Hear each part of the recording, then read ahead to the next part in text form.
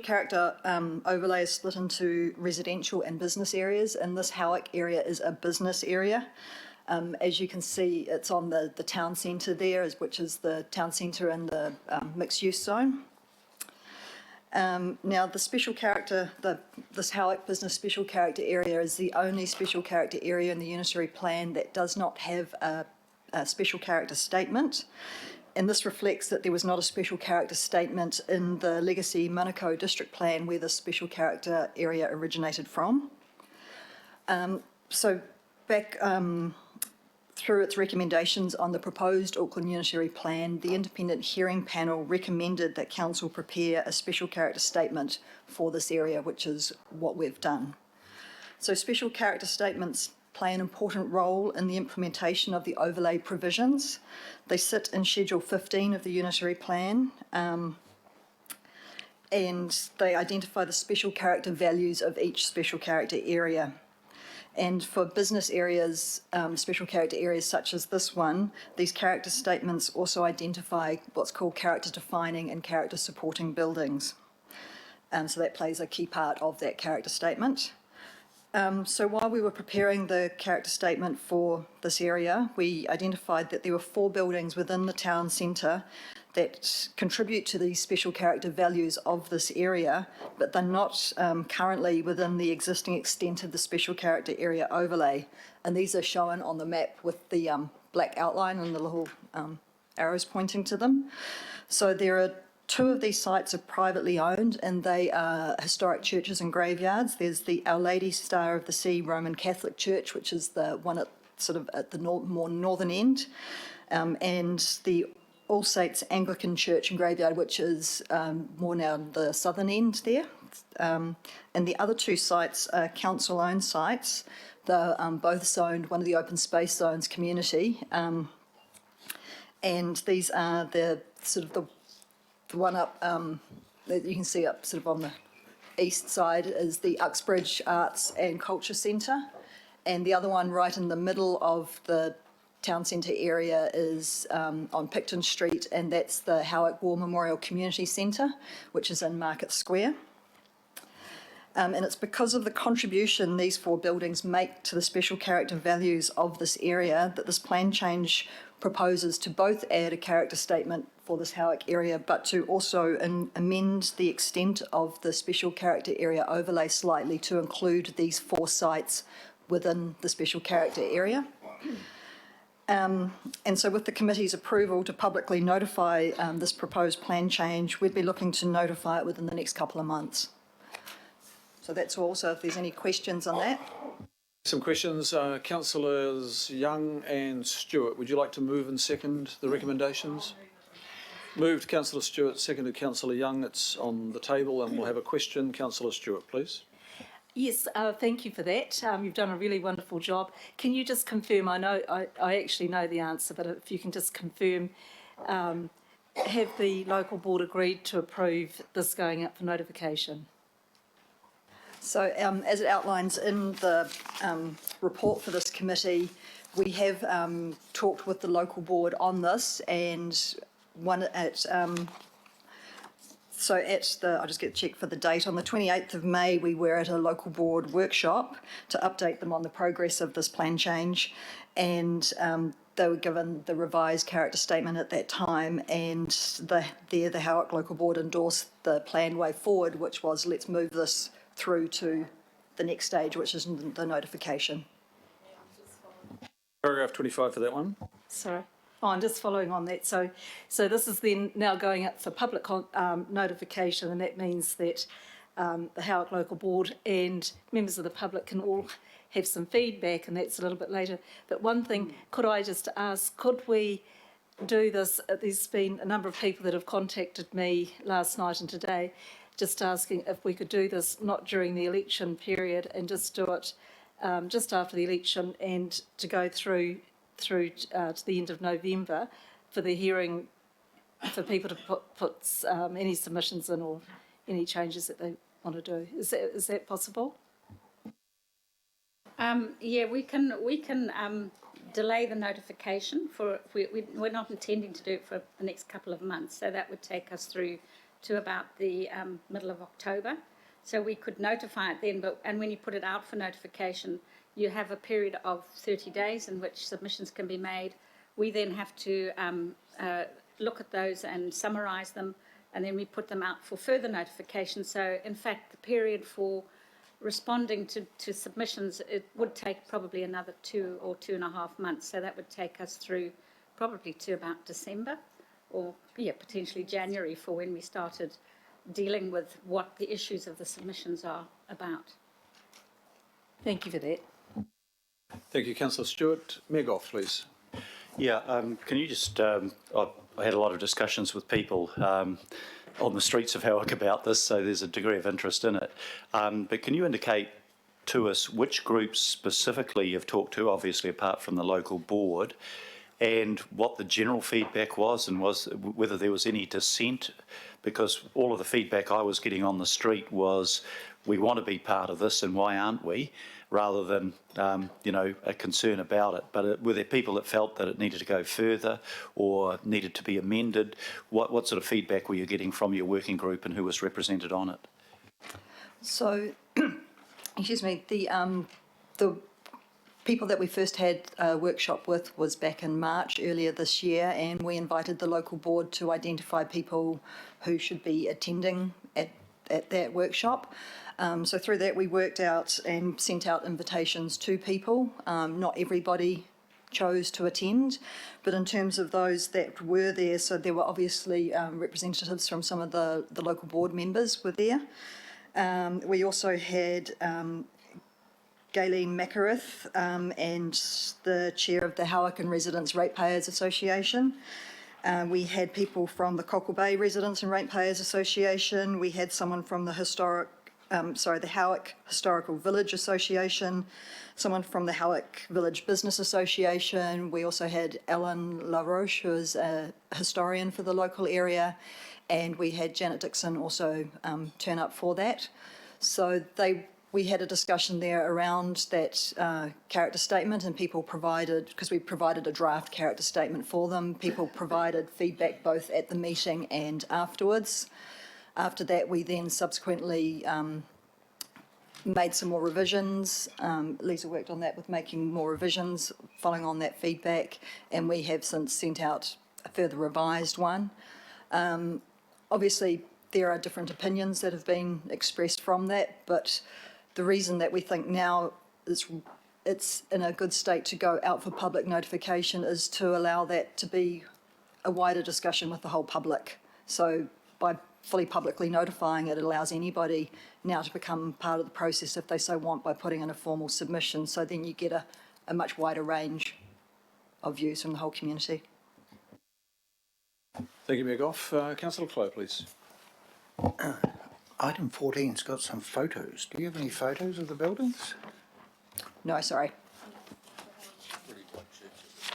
But there is, as part of your agenda, there's the Section 32 evaluation report, and one of the appendices that's within that is an assessment that was done by Elisa Amin with regards to identifying the character defining and character supporting buildings within that we've identified for that area, and there are photographs of those in that. So that it's an attachment to an attachment, kind of, but it is in the report there. Member Namani, please. Kia ora. Just one question. Now, I do understand that Māori cultural heritage is managed elsewhere in the unitary plan and its own schedules, etc., and there's a process. But one thing, particularly when we're talking about a special character area that has layers of history that don't start in 1847 with the Fencibles coming, is there a reason why that component of the context of the special character area can't be more inclusive? Because, I mean, the only thing, like, I don't know the answer and I don't know how to do it, and I guess it's reading it in isolation, but, you know, in 2019, I'd never like to read a historical context that just has the face of Māori devoid from it. Even though I know this is about the built heritage, but it is talking about a special character area and special character values, there may be layers that exist under that built heritage. So it's more just a clarification of how do you manage something like that?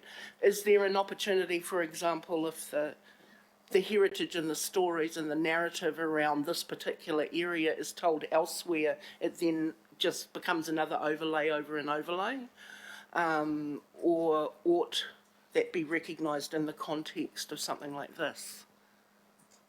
So I guess, first of all, within the unitary plan, there are multiple overlays and they do overlap and sit on each other, and they do try to manage different values associated with whatever it is that that overlay is trying to manage. Yeah. In terms of the special character, as you said, it is about the built form. So it's primarily about buildings, Yep. subdivision, the patterns of subdivision, the patterns of roading, Or layout settlement and that. patterns that occurred before 1847. And I guess it takes it back to the objectives and policies that are set out in both in the RPS for this overlay, and then into what is chapter D18, which is the special character area overlay provisions, and that it is still very much in terms of what they are. It is around that built form, and it's not. That doesn't mean to say. So what we're choosing to do with this overlay is it manages development. It's not necessarily about, say, interpretation in terms of putting up interpretation signs like you might have for historic heritage or something like that. It's really about managing development as it happens and how that development affects those special character values that are identified in that built form. Like, my questions aren't to kind of challenge it, because that is the norm. I guess it was just a thing about reading about the historical context of the special character area and not seeing any history of that area prior to 1847. That's all. And I mean, like, is it allowed? Is it allowed to be put in? You know, is a narrative that fits allowed to be put in? It's not going to... Yes, so the actual character statement does provide a bit of a narrative and background. Yeah. So I would have thought, yes, we absolutely can. We have, I suppose when I say consulted, we have sent out the way in which we normally do to mana whenua. We haven't had any feedback, but certainly take on board what you're saying. Yeah. And I think we probably maybe need to have another look at that and see how we layer in that level of history into this. Yeah, that's what I think, because this hasn't been, it's not necessarily to tell you off. It's like, it just doesn't feel right in this day and age that it's not recognised in the context of these even though at the end of it we are talking about specific buildings and specific areas that need to be protected. And I mean, it's certainly this, when you read the character statement, it is like a story, and certainly we had a very strong level of historians giving us their view on what was going on in this area. But definitely I agree with you, we probably do need to do what you're suggesting. Yeah. Thank you. Thank you, Member Namani. And Councillor Cooper? One question is on top of that. So in terms of fenceable settlements, were they stockades to defend against Māori coming back? I just wondered what that meant. Certainly wasn't an attack from the French or anyone from over the seas. That's what it was. As far as I understand, it was the fenceable, the stockade that was built there, and that was around concern of imminent attack by Māori. Okay, the other question is, because there's no pictures here, it's really hard for me to look at and say, well, what does this look like? Sorry, I haven't delved into it. But in terms of our own building, which is the community centre, what implications does that have if there needs to be, if the earthquake strengthening or something, which we have to do with a lot of our council buildings, or a redevelopment? What's the implications if there's a heritage supporting note on those buildings for the council? So just to note that the special character overlay is not a historic heritage I know that, Yeah. but I don't know if people in general think that. But in terms of the different layer of, well, the additional provisions that would require consent, basically, the main difference, because it's already an open space community zone, so there are similarities in terms of the things that would require consent. The main difference really is demolition of the building, which under the zone wouldn't require consent, but under the overlay it would require consent. So if we couldn't, for some reason, that building just wasn't viable anymore as a community centre, it was earthquake, you know, it was something that we had to do, we would have to keep it. Is that what we? I'm asking the staff, councillor. Sorry. Just in terms of the overlay provisions, in the assessment criteria for when you are assessing an application, a resource consent application, there is consideration around to the state of the building. So it is part of that assessment criteria is consideration of, you know, the condition of it that it's in. I mean, we've just had a recent thing in Howick where we've kept a building that's leaky, etc., and spending more money. I want that happen again. Thank you. So the images are in the, as was just outlined in the section 32 which is the addendum agenda. Describe the And facade it's or at anything. 355 through to 358, I think. Yeah, 355, 358 in the attachments. Councillor Walker.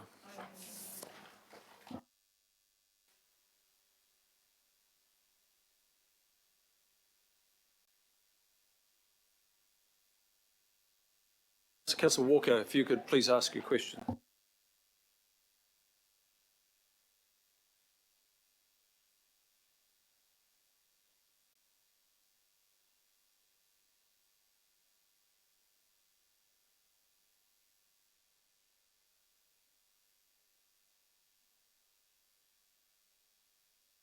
Yeah, we have a mic problem. Can you take Councillor Cooper's mic?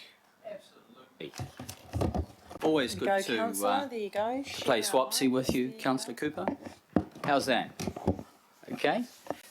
So, Cooper, can my you turn- question... Can you turn the other one off, Councillor Cooper? Thank you. My question is around the integrity of the area. So we've got the special character area, and that's great, and that's characterised by relatively low buildings, and those buildings, through their nature, are going to have a requirement for light, and quite obviously it's necessary for people to view them. Having said that, directly abutting some of this, you've got terraced housing and apartments. And I'm just mindful that elsewhere in Auckland, for example, Mission Bay, the unitary plan might specify 4 stories, but there's a hearing that's going on right now for 8. So we have a circumstance where developers are really pushing the max. Is it possible to have wording in these plan changes so that we try to lock things down more, so that the reasonable expectation that people would have in the area around the overall zoning is retained? And that goes to not just what we're saying about the terraced housing and apartment areas, but what we're saying about this zoning and its relationship with abutting zonings. So I guess to start with, in terms of the special character overlay, it does only manage development within that overlay area. And in terms of, because this is a business special character area, the only activities that are actually managed through the overlay is the demolition of buildings, alterations and additions to it, or new buildings, and the the rules for the business specifically refer to that it's the underlying zone standards that apply. So that's in terms of building height, any requirements in terms of height in relation to boundary or anything like that. That's all managed by the underlying zone, and the overlay in itself doesn't actually manage that. Having said that, if those underlying zone standards are infringed, there is assessment criteria in the overlay to consider the effects that that will have on the special character values. So it's on the special character values that are identified in that character statement that that assessment would be against. And then I guess what I'm raising Mr. Chair, is the relationship between zones. Because what we're seeing around Auckland is a situation where the relationship between zones is being flagrantly disregarded. That could be a circumstance like this, where you've got terrace housing adjacent to special character. It could be somewhere else where you've got terraced housing adjacent to much lower residential. And we don't often have crossover wording, which in my opinion might assist us in the future to stop some of the developments that residents are totally opposed to, for good reason. And I'm talking about developments that are over and above what the unitary plan prescribes. Deal with that. Well, we just dealt with it recently, actually. We dealt with the interface of the residential zone with the heritage areas, and we're undertaking a plan change on that. So we're actively engaged with these issues, and of course there's a review of the Auckland Unitary Plan through the monitoring of the Unitary Plan and possible, subsequent reviews. There's a lot happening that is, as I've just outlined. And that is a classic example, that residential heritage interface. Katrina? Just also, now, I don't know the zone provisions well, because that's not what I'm dealing with specifically here, but there are, within the different zones, I believe that there are requirements about how you deal with the interface between another zone. So those are the things that are set out in those zone provisions about if you're adjacent to X, Y, and Z zone, then you need to do X, Y, and Z. Mayor Goff again. Yeah, thank you very much. I'm looking at the attachment B for item 11, and I'm happy with almost all of it until I get to the last picture, which is 16 Fencible Drive, former Howick Library Building in Howick RSA, and you've got a comment there that it contributes to the overall sense of place. I was outside it with the local business association and some local people the other day. What it contributes is a sense of neglect, of decay, a building that you can't go into because it's rotting and it's got asbestos in it. And for 10 years, 9 years, this council has failed to make a decision about its future. Yep. Either it's got to be pulled down or renovated. Are you saying that it should be renovated? Because I'm not sure that view is shared, Councillor Stewart or Councillor Young, by the local people there. We haven't identified it as a character defining or character supporting building. So why is it included? Because we got asked to evaluate it. Okay, and how did you... But it contributes to the overall sense of place, but it hasn't been identified as character supporting. So it could be demolished if that decision was correct, made. Yeah. And do you know what decision's going to be made, or is that outside of your territory? Yeah, okay. Thank you. It's moved, it's seconded. Oh, Councillor Stewart, did you have another point? No, I'd just like to say the All Saints Church was actually the very first parish in Auckland, and it's the oldest building in Manukau. The War Memorial, that was actually taken by Public Works. The Spiller family actually owned that land, and so the War Memorial was built there. So there's quite a bit of history.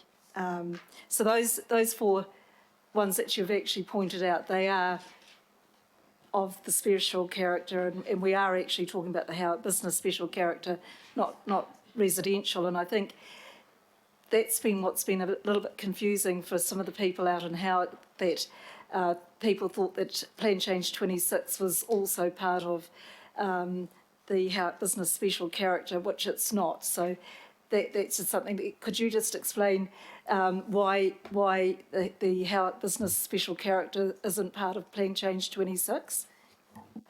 So, again, I'm not specifically involved in Plan Change 26, but having said that, Plan Change 26 is not around adding new special character areas. It's about clarifying that relationship between when you have similar or same rules that apply in the special character overlay as opposed to the underlying zone. So it's about clarifying that relationship. It's not about new areas per se, or even specific areas. It's about the overlay as a whole. Whereas this special character area, first of all, it's a business one, and that relationship from Plan Change 26 was only about residential special character areas, because as I indicated before, the rules as they stand for business special character areas just say that for the standards, which is things like the building height, coverage, that type of thing, they are just what they are in the underlying zone. So there's not that perhaps perceived conflict around which it should be. So that's why this isn't affected by Plan Change 26, because it's not a residential area, it's a business area. And this is what it was in the Legacy Manukau District Plan. It was a business special character area, and this is just a continuation of that. Thank you for your presentation, your work. Lisa, your urban design work there, the assessments there. Celia? Yes, I just wanted to ask, I do have a recommendation there that I have the ability to approve minor amendments to the proposed plan change prior to notification.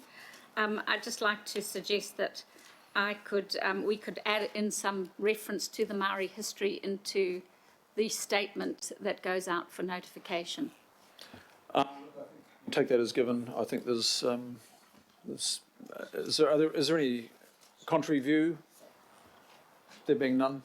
No, we'll just, it's recorded. Okay. And allow you to proceed in that Yeah. regard. Thank you. Katrina, thank you for your report.